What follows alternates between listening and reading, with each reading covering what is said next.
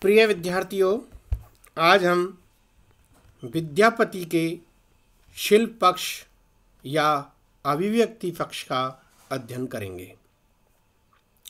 यह विषय बीए प्रथम वर्ष में अध्ययनरत विद्यार्थी जिनके पास हिंदी साहित्य है उनके प्रथम प्रश्न पत्र के लिए उपयोगी है।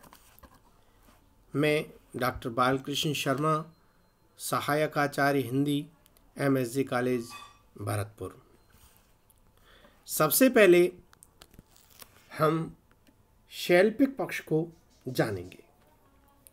भाव काव्य पुरुष की आत्मा है और शैली उसका शरीर। शैली विचारों का दृश्यमान रूप होता है। कलाकार जो कुछ देखता, सुनता, सोचता, समझता और अनुभव करता है उसे अभिव्यक्ति देना चाहता है। सामान्यतः शिल्प या शैली अथवा काव्य के कला पक्ष के अंतर्गत कवि की भाषा, अलंकार और छंदों की परख की जाती है। सबसे पहले हम विद्यापति की भाषा शैली का अध्ययन करेंगे। विद्यापति का भाषा पर असाधारण अधिकार था। संस्कृत, प्राकृत, अपभ्रंश, अवधी, मैथिली, बंगला आदि अनेक भाषाओं के पंडित होने के कारण उनका शब्द भंडार भी विस्तृत था। विद्यापति की भाषा मैथिली लोक भाषा है। पदावली की भाषा में संस्कृत, प्राकृत, अपभ्रंश आदि के शब्द व्यवहार में लिए गए हैं, परंतु भाषा का मूल रूप और भाव मैथिली ही है। भाषा में व्यंग्यपूर्ण ध्वनि का भी कहीं कहीं पुट मिलता है। अनेकार्थक शब्द भी उनके काव्य की शोभा बढ़ाते हैं।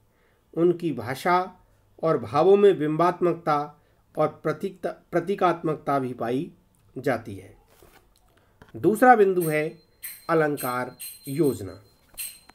पदावली में विद्यापति के द्वारा भाषा को सजाने में विभिन्न अलंकरणों का उपयोग किया गया है, जिनमें स्वभावोक्ति, रूपक, उपमा, उत्प्रेक्षा, अतिशयोक्ति, व्यतिरेक, विभावना, ललितोपमा, संदेह, भ्रांतिमान आदि अलंकारों का उपयोग किया गया है।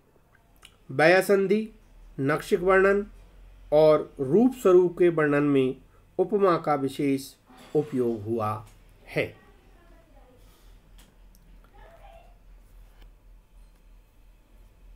अगला बिंदु है ओज गुण। विद्यापति के ओज गुण की यह महत्वपूर्ण विशेषता है कि वह वीर रस से युक्त है। विद्यापति पदावली में उनकी भाषा में ओज गुण वीर रस के अथवा राजसी भावों के वर्णन में ही है।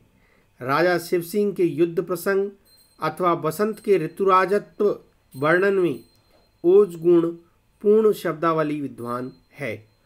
शक्ति स्वरूपा दुर्गा देवी की स्तुति में भी ओज गुण विद्यमान है। समास युक्त पदावली तथा संयुक्ताक्षरों का प्रयोग इस शैली के अनुकूल पड़ता है। सार्थक वर्णनों, कथा प्रसंगों आदि में प्रसाद गुण पूर्ण शब्दावली का प्रयोग किया गया है। न वहाँ समास है, न कर्णकटु शब्द है और न ही संयुक्ताक्षर। नंदक नंदन कदम्बेरी तरुतरे, धीरे धीरे मुरली बजाव, इसका बहुत अच्छा उदाहरण यह देखा जा सकता है। अब देखिए विद्यापति की सार्थक शब्द योजना। सार्थक शब्द योजना विद्यापति की भाषा का एक और महत्वपूर्ण गुण है। प्रसंगानुकूल शब्द का प्रयोग करने में विद्यापति बड़े निपुण हैं। कामनी करये सनाने, हेरतहीं हनये पचवाने। यहाँ कामनी शब्द बड़ा सार्थक है, जिसमें काम का निवास वही कामनी, कटाक्षी उसके बाण है। जिस ओर वह कटाक्ष पात करती है वही कामासक्त हो जाता है। अगला है व्यंग्यार्थ शब्द योजना। विद्यापति की भाषा ध्वनि या व्यंग्यार्थ को व्यक्त करती चलती है तो विशेष चमत्कारी जान पड़ती है।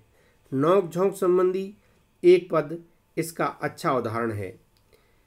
कर धरु करु मोहे पारे, देव में अफुक हारे कन्हैया। इस पद के दो अर्थ किए जाते हैं, एक भक्ति पक्ष में, दूसरा आसक्ति पक्ष में। चाहे कोई भी अर्थ ले लें, दोनों में व्यंग्यार्थ निहित है। अगला है अनेकार्थ शब्द योजना। एक ही शब्द को भिन्न भिन्न अर्थों में प्रयुक्त कर अर्थ विस्तार करना भी विद्यापति जानते थे।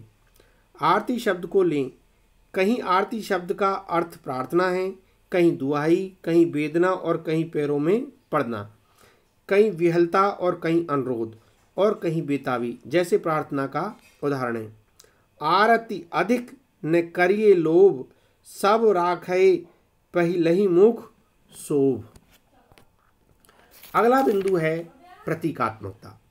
विद्यापति विविध भावों को प्रकाशित करने के लिए प्रतीक पद्धति का उपयोग करते हैं। उनके पदों में लतिका, कंचन, कुसुम, पानी, दूध, रत्न आदि प्रेम, अभिलाष और सुख विलास आदि प्रतीक बनकर आए हैं। बिंब योजना।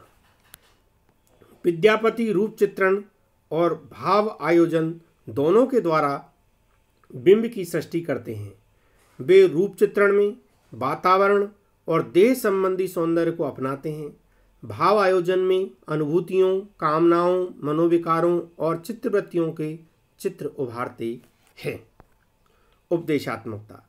विद्यापति ने अपने समय के सामाजिक परिवेश में जो देखा था, लोग मनुष्यता से गिरते जा रहे हैं, यह बात उन्होंने नायक की सखी से कहलवाई।